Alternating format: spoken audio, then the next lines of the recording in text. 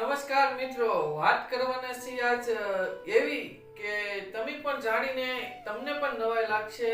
આપણે કિન્નર સમાજને એક અલગ દ્રષ્ટિ સ્વરૂપે જોતા હોય છે. મિત્રો, વાત કરવાના છીએ કે કિન્નર સમાજથી ડરવું કે તેને સમજવા. કેટલાય તે એવા કાર્યમાં ભળતા હોય છે જેથી કરીને લોકો આ સમાજને એક અંદર એવી વાત જે ફેલાતી હોય છે તે તમને બધાને ખ્યાલ જ છે. તો હું વાત એવી કરવાનું છે, બ્રહ્માજીએ સૃષ્ટિના સર્જનારે એવી ભૂલ કરી કે કિન્નર સમાજ માટે એક આશીર્વાદ બની ગયું.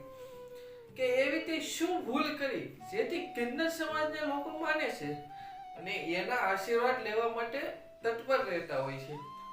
તો વાત જાણે એવી છે, જ્યારે બ્રહ્માજીએ શિવ ભગવાને કહ્યું કે ભાઈ કંઈક સર્જન કરો સૃષ્ટિ પર, તો બ્રહ્માજીએ એક નર અને નારી જે બંને એક સ્વરૂપે કિન્નરનું જે એ સર્જન કર્યું. વિષ્ણુ ભગવાન પાસે ગયા, શિવ ભગવાન બધા વિષ્ણુ ભગવાન હસવા લાગ્યા.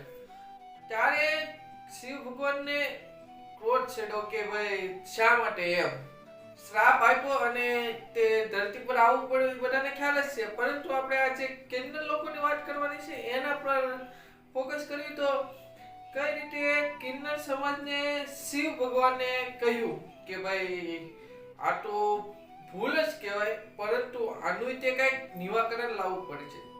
તો આ હવે સર્જન થયું છે તો હવે એને જાતિને આગળ તો વધવી જ પડે.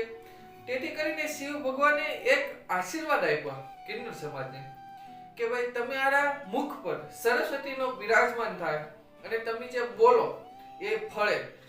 કોઈ પણ વ્યક્તિને આશીર્વાદ આપો તો એને સફળતાપૂર્વક તમારા લાગે, અને એવા આશીર્વાદ કિન્નર સમાજે શિવ ભગવાન આપેલા છે, જેથી કરીને તમામ લોકો કિન્નર લોકોના આશીર્વાદ લેવા તત્પર રહેતા હોય છે.